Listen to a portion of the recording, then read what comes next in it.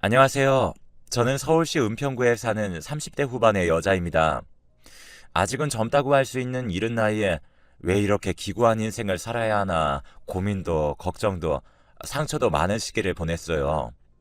물론 저마다 사는데 하나쯤은 사연이 있을 수 있지만 제 사연은 남들이 쉽게 겪지 못하는 일이라고 자부할 수 있을 것 같네요.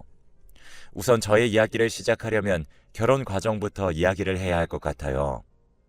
저는 남편과 대학교 캠퍼스 커플로 20대 초반에 만나게 되었습니다. 같은 과 선후배로 만나게 되었고 남편은 조금은 우유부단한 면이 있어도 자상한 사람이었죠. 캠퍼스에서 장수 커플로 제일 오래 만났기 때문에 동기들 사이에서도 꽤 유명한 편이었고요. 저희는 제가 2학년, 남편이 3학년 복학생으로 들어오면서부터 연애를 시작해 거의 5년을 넘게 연애를 했습니다.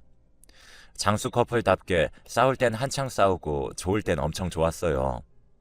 큰 설렘은 없었지만 그래도 둘이 있으면 좋고 재미있는 사이긴 했어요. 그러니까 긴 시간을 연애했겠죠. 둘 다 졸업까지 잘 마치고 회사원으로 각자의 생활을 하던 중 당시에 남자친구였던 사람에게 큰 사고가 하나 있었습니다. 바로 출장 업무를 마치고 집으로 돌아오던 중 큰 접촉사고를 당해 허리를 크게 다치게 된 것이었어요. 그때 병원에서는 척추 손상이 커서 하반신을 쓸 수 없을 수도 있다고 했습니다. 그때 둘이서 얼마나 울었는지 몰라요. 평생 불구자가 될 수도 있다는데 그 사람과 저 둘 다 엄청난 생각들이 오가는 시간을 보내게 되었죠. 그때 제 나이가 26살이었습니다. 주변에서는 불구자로 살지도 모르는 사람, 안타깝지만 이제 그만 놓아주라고 하더라고요. 앞으로 나이가 창창한데 평생 옆에서 돌볼 자신 있냐며 다들 헤어지라고 난리였어요. 저도 물론 그 생각을 안 한 건 아니었습니다. 그 사람도 좋고 그 사람과의 추억도 너무 소중했지만 앞으로의 제 삶도 꽤나 중요했거든요. 그때 남자친구도 저에게 헤어지자고 했었고요. 수진아, 내가 이렇게 되는 바람에 많이 힘들지? 무슨 소리야, 오빠. 오빠가 더 힘들지. 왜 내 생각을 해? 아니야. 나도 사실 진짜 힘든데 내가 힘들다고 널 이렇게 붙잡고 있을 순 없잖아. 우리 여기서 그만하자. 오빠, 왜 벌써부터 헤어질 생각부터 해? 아직 오빠 다리 못 쓴다는 거 확정된 것도 아니고 아직 경과를 보자고 하고 있는 거잖아. 희망이 있는데 왜 벌써부터 헤어지자는 소리를 하는 건데? 너한테 희망 고문할 순 없잖아. 됐어. 그런 말 할 거면 그만해. 나도 복잡해. 나도 많이 생각하고 있다고. 그래도 헤어지자는 생각은 아직 해본 적 없어. 그러니까 일단은 우리 오빠 치료에 집중하자. 나도 옆에서 열심히 도울게. 수진아, 정말 고마워. 내가 정말 잘할게. 나 열심히 치료받아서 꼭 나을게. 당연하지. 우리 힘내자, 오빠. 저의 내면에서는 계속해서 깊은 고민들이 있었지만 그래도 아픈 사람을 내치는 건 도저히 할 수가 없었어요. 결국 오빠의 헤어지자는 소리에 저는 다시 한번 마음을 다잡게 되었고 꼭 나을 거라는 희망을 가진 채로 옆에서 최선을 다해 간호를 했습니다. 그때는 오빠의 부모님도 저에게 정말 잘해주셨어요. 아무렴 자기 자식이 불구자로 살 수도 있는 상황인데 젊은 여자가 포기하지 않고 옆에서 떡하니 버텨주고 있으니 얼마나 고마우셨겠어요. 우리 수진이 정말 고맙다. 정말 고마워. 네 덕에 우리 명호가 맘 잡고 치료받을 수 있었어. 너는 모르겠지만 너 없을 때 우리 앞에서 죽어버리겠다고 얼마나 난리를 피워댔는지 몰라. 네 앞에서는 차마 못했겠지만 왜 아니겠어요. 그 심정 충분히 이해해요. 어머니도 힘내세요. 그래야 오빠 다시 걸을 수 있을 때까지 옆에서 지켜줄 수 있잖아요. 그래, 그래. 아휴, 우리 수진이는 꼭 내 며느리 삼고 싶어. 우리 명호 다리 다 나으면 둘이 꼭 결혼해. 알았지? 내가 부족해도 엄마처럼 대해줄게. 저희 부모님도 처음에는 많이 말리셨어요. 세상에 어떤 부모가 아직 앞날이 창창한 젊은 딸을 아픈 사람의 옆에 있게 하고 싶겠어요. 하지만 저는 나중에라도 너무 힘들면 꼭 그만두겠다고 약속하고는 계속해서 오빠 옆을 지켰습니다. 우여곡절이 참 많았어요. 중간에 진짜 포기해버리고 싶은 마음이 한두 번 든 게 아니었거든요. 하지만 그때마다 사랑하는 사람 한 명만 보고 참았습니다. 그리고 그 노력의 결실을 맺어 기적처럼 오빠는 2년 만에 재활치료까지 잘 마치고 걸을 수 있게 되었어요. 그 뒤로도 정상적인 생활을 하는 데까지는 시간이 조금 더 걸렸지만 평소에 일상생활을 하는 데는 전혀 지장이 없을 만큼 건강해졌습니다. 그 후로 오빠는 재취업을 포기하고 작은 회사를 하나 차렸어요. 다행히도 출장에서 돌아오는 길에 사고가 난 거였기 때문에 산재 처리가 되어 돈을 받은 게 꽤 많이 있었거든요. 그걸로 사업 자금을 보태서 작은 스타트업 회사를 차렸고 몇 년 만에 꽤나 잘 성장을 해나가고 있었죠.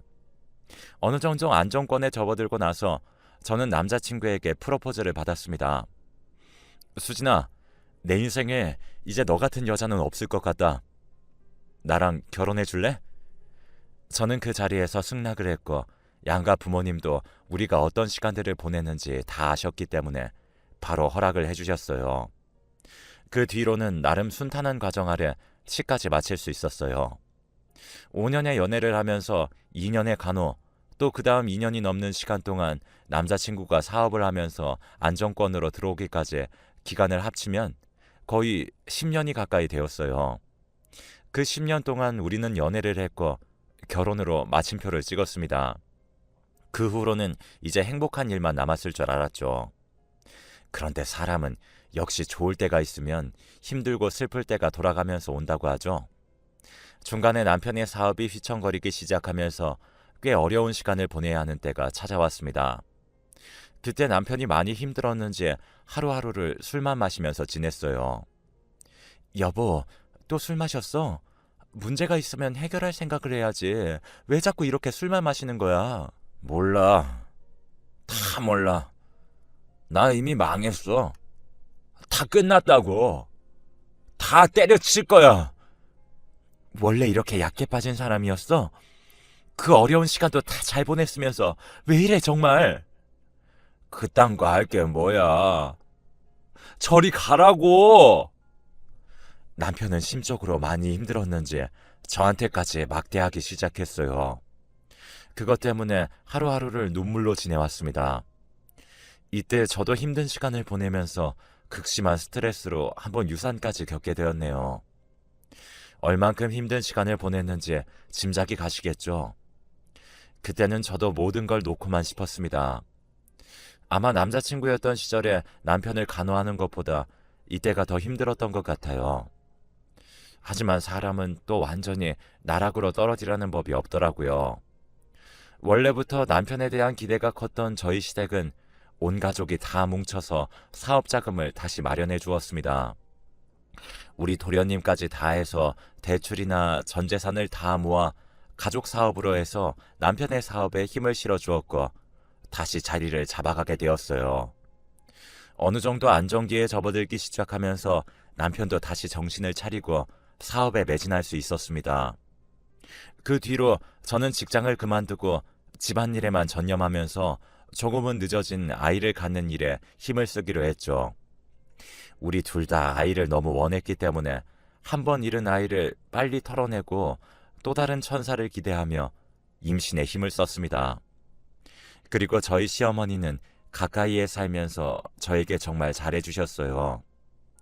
하루빨리 손녀든 손자든 보고 싶으시다면서 임신에 좋다는 약도 지어다 주시고 맛있는 음식도 많이 만들어 주시면서 저를 정말 아껴주시고 챙겨주셨어요. 솔직히 그런 모습을 보면서 참 결혼하기 잘했다는 생각이 들었습니다. 근데 마음먹은 만큼 임신이 잘 되지 않더라고요. 병원에서 검사를 해봤더니 저는 임신이 조금 힘든 케이스란 이야기를 전해 듣게 되었어요. 처음에 아이를 가지게 되었던 건 정말 기적적인 일이었다면서 의사도 그때 나았으면 더 좋았겠다는 말을 하더라고요. 하지만 그래도 요즘은 자연 임신이 어려우면 인공수정을 해서라도 시도를 해볼 수 있는 방법은 여러 가지 있으니까 같이 고민을 해보기로 했습니다. 그래서 저는 끝까지 희망을 잃지 않았어요. 그리고 일부러 남편하고만 상의를 하고 시어머니에게는 말씀드리지 않았어요. 안 그래도 아이에 대한 기대가 크신 분인데 이런 이야기를 전해드리면 너무 실망하실 것 같았거든요. 그래서 우리끼리 노력을 해서 기분 좋게 손자 소식을 들려드리고 싶었죠. 하지만 제가 쓸데없는 생각을 했던 걸까요? 저는 임신은 뒤로 하고 더 청천벽력 같은 소리를 듣게 되었어요. 얼마 전부터 속이 좀 불편하고 몸이 힘든 느낌이 계속 있었거든요. 그냥 피곤하고 소화가 잘 안 되어서 그런가 보다 했는데 꽤 오랜 시간 지속되면서 몸이 불편한 게 더 심해지더라고요. 그래서 혹시 몰라 건강검진을 받았고 하는 김에 산부인과 검사까지 모두 받았습니다. 충격적이게도 저의 병명은 난소암이었어요. 평소에 자궁이나 연결된 기관들이 많이 약하다는 이야기는 들었지만 그래도 특별히 안 좋은 것도 아니었기 때문에 이 결과가 저에게는 더 충격적으로 다가왔습니다. 처음에는 이걸 어떻게 헤쳐나가야 할까 고민이 참 많았습니다. 무엇보다 저 같은 경우는 치료까지는 가능하지만 임신이 가능할지 여부는 그 과정을 지켜보면서 알 수 있다고 하더군요. 이게 무슨 청천벽력 같은 소리인 건지 저는 그 자리에서 통곡을 하며 의사 선생님께 하소연을 했습니다. 선생님, 저 아기 꼭 가져야 돼요. 이대로 아기 없이 어떻게 살아요? 제발 저 좀 도와주세요. 선생님, 제발 부탁드릴게요. 환자분의 심정은 충분히 이해합니다. 일단 저희 쪽에서는 최선을 다해보겠습니다. 지금부터는 치료에 집중하시고 우선은 난소암을 깨끗하게 제거하는 게 더 큰 목표니까 같이 힘을 내봅시다. 남편분과도 잘 이야기하시고요. 저는 믿을 수 없는 현실에 거의 정신줄을 놓을 뻔했습니다. 왜 자꾸 내 인생에는 이렇게 힘든 일만 생기는 건지. 그날 저는 남편에게 가서 모든 사실을 다 이야기했어요. 여보, 나 얼마 전에 건강검진 받은 거 오늘 결과 나왔어. 그래? 어떤데? 괜찮대지? 있잖아. 나 난소암이래. 치료가 완전히 불가능한 상황은 아닌데 치료 결과에 따라서 임신이 좀 어려워질 수도 있나 봐.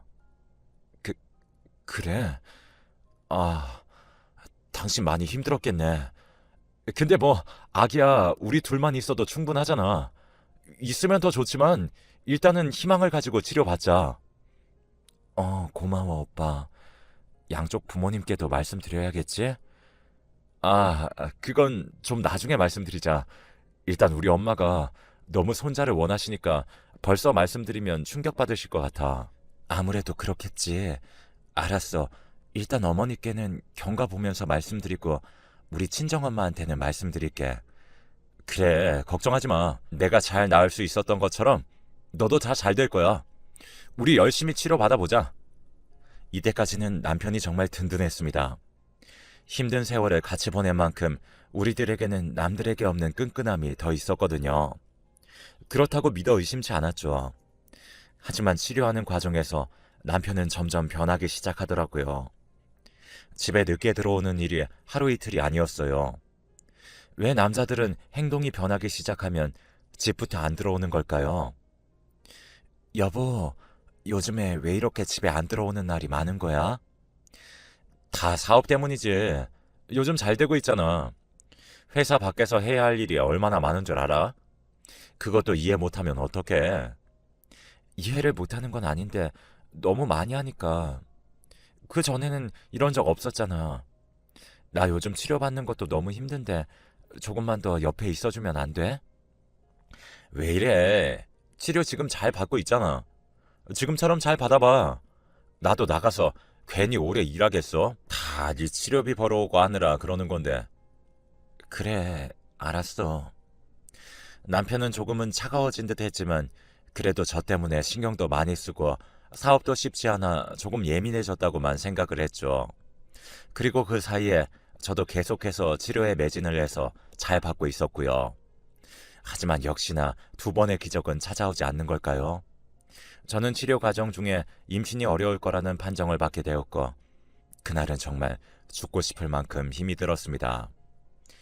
여보, 어디야? 나 지금 너무 힘들어. 나 오늘 임신 어렵다고 의사 선생님이 그랬단 말이야. 좀 같이 있어주면 안 돼? 아, 그랬어? 근데 미안해서 어쩌지? 나 오늘도 집에 못 들어가. 수진아, 애 못 갖는다고 너무 상심하지 마. 그리고 그것도 당분간은 우리 엄마한테는 말하지 말자. 오늘은 일찍 자고. 여보, 지금 할 말이 그것밖에 없어? 이런 날도 못 들어오는 거야? 나 힘들다고. 지금 우리 아이를 못 갖게 됐다는데 어머님 얘기는 왜 하는 거야? 당신은 내 걱정도 안 돼? 아, 왜 이래 정말. 지금까지 계속 걱정해 줬잖아. 애 못 갖는 거 아무것도 아니야. 없어도 된다고 내가 몇 번을 얘기했잖아. 그리고 우리 엄마 들으면 충격받아서 안 돼. 너도 알면서 그래. 어쨌든 나 오늘 못 들어가. 다른 생각하지 말고 푹 자. 또다시 매정하게 이야기를 하는 남편을 보고 저는 서러움에 더 참을 수 없는 눈물을 흘렸습니다. 정말 너무너무 힘들었어요. 아프게 된 이후 너무나 차갑게 돌변한 남편도 밉고 다 미웠습니다. 모든 게 다 서러운 상황에서 제가 할 수 있는 건 없었어요. 혼자 마음을 추스리고 몸을 추스렸습니다. 그래도 불행 중 다행일까요?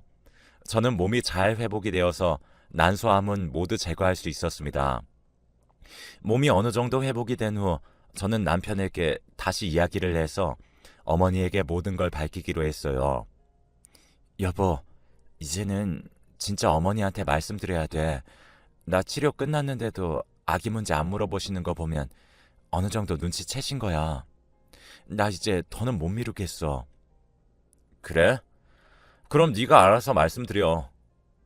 이번에도 또 나 혼자 알아서야?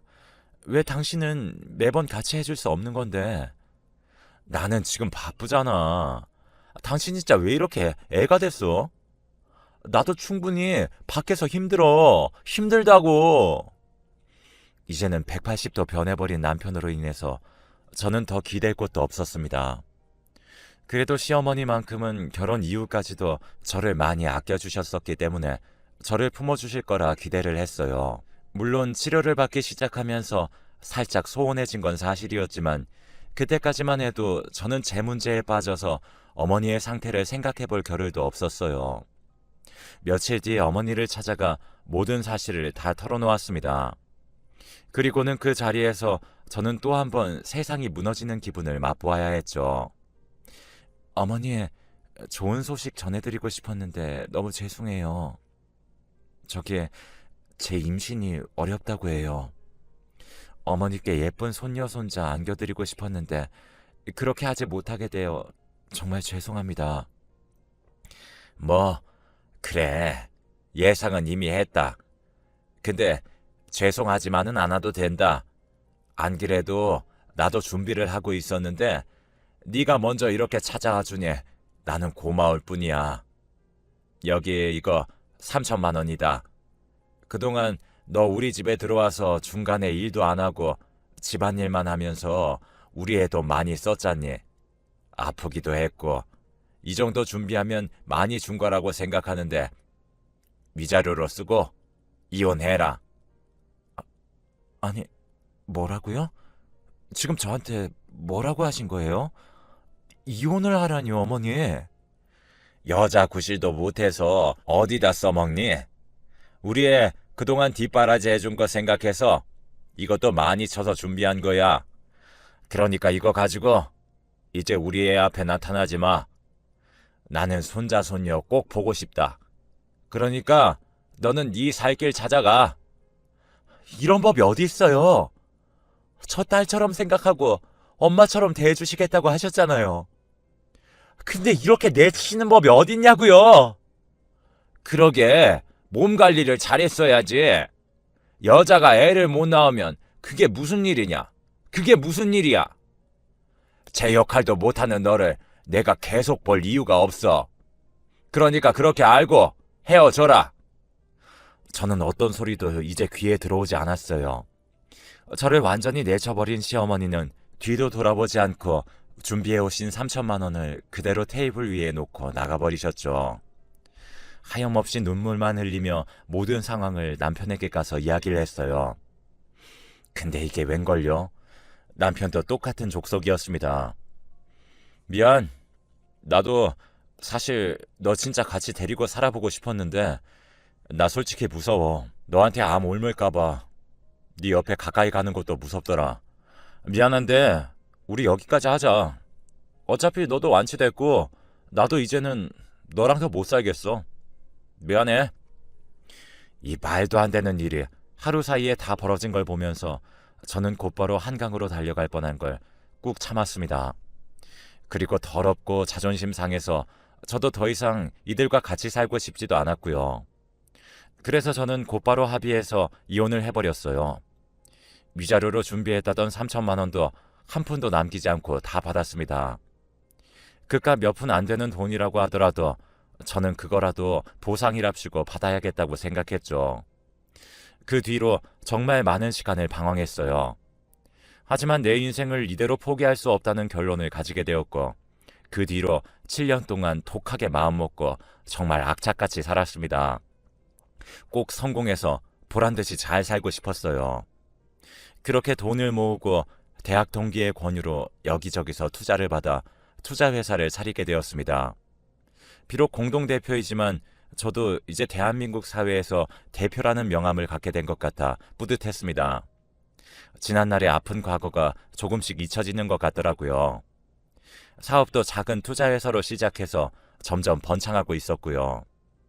몇 년 뒤에 정말 기적처럼 저에게 제대로 복수할 수 있는 순간이 찾아왔습니다. 저와 같이 사업을 하고 있던 대학 동기가 어느 날 갑자기 주소 하나를 건네주더라고요. 이게 뭐야? 여기 한번 가봐. 재밌는 일이 있을 거야. 가서 제대로 한 방 먹여주고. 무슨 소리야? 그게 뜬금없이. 가보면 알아. 내일 오후에 약속 시간 잡아놨으니까 바로 가서 만나봐.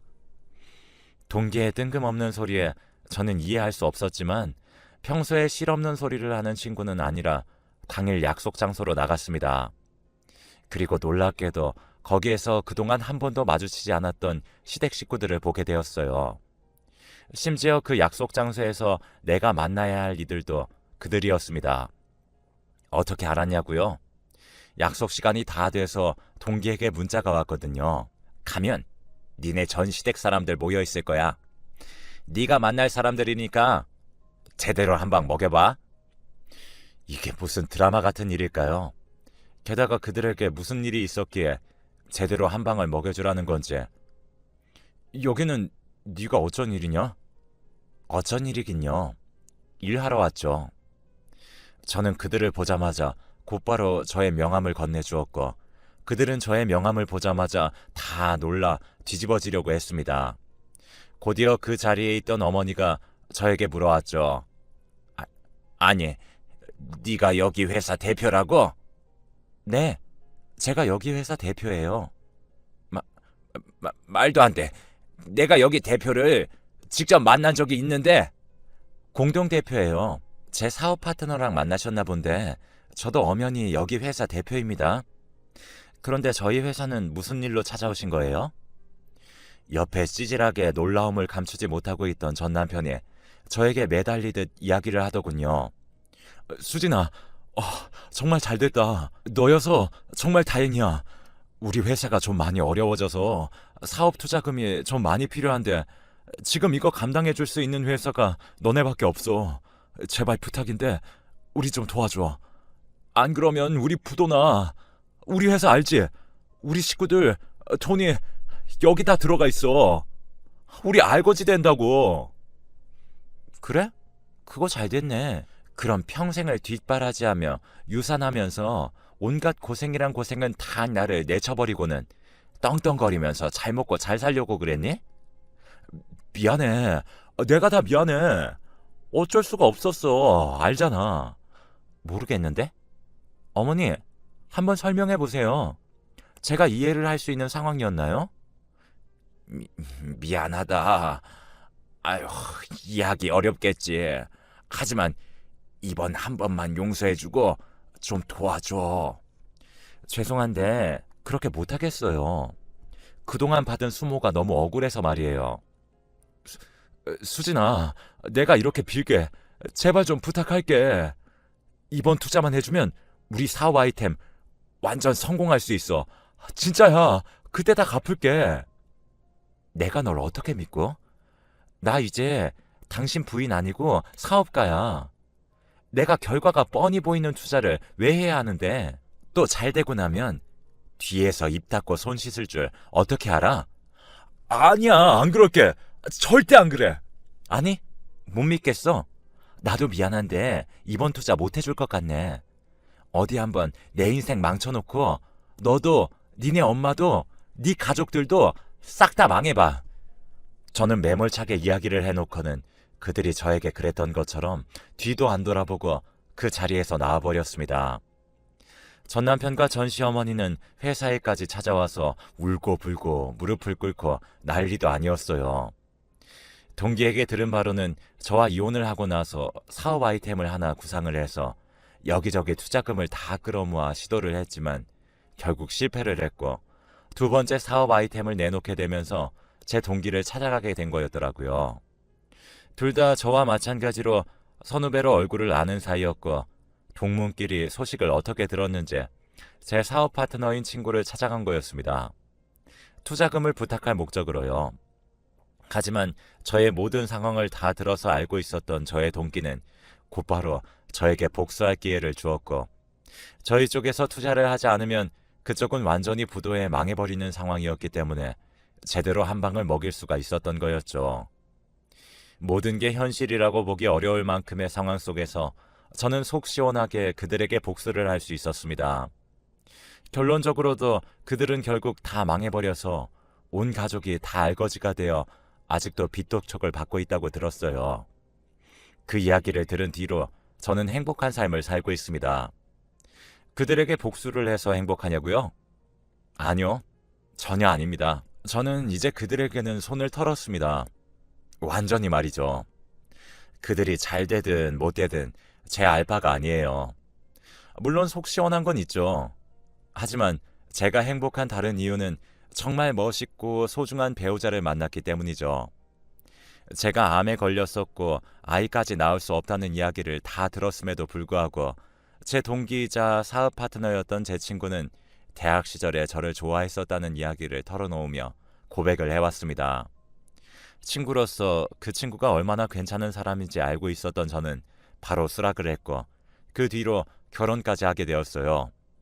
우리는 아이는 없지만 행복하게 잘 살고 있어요.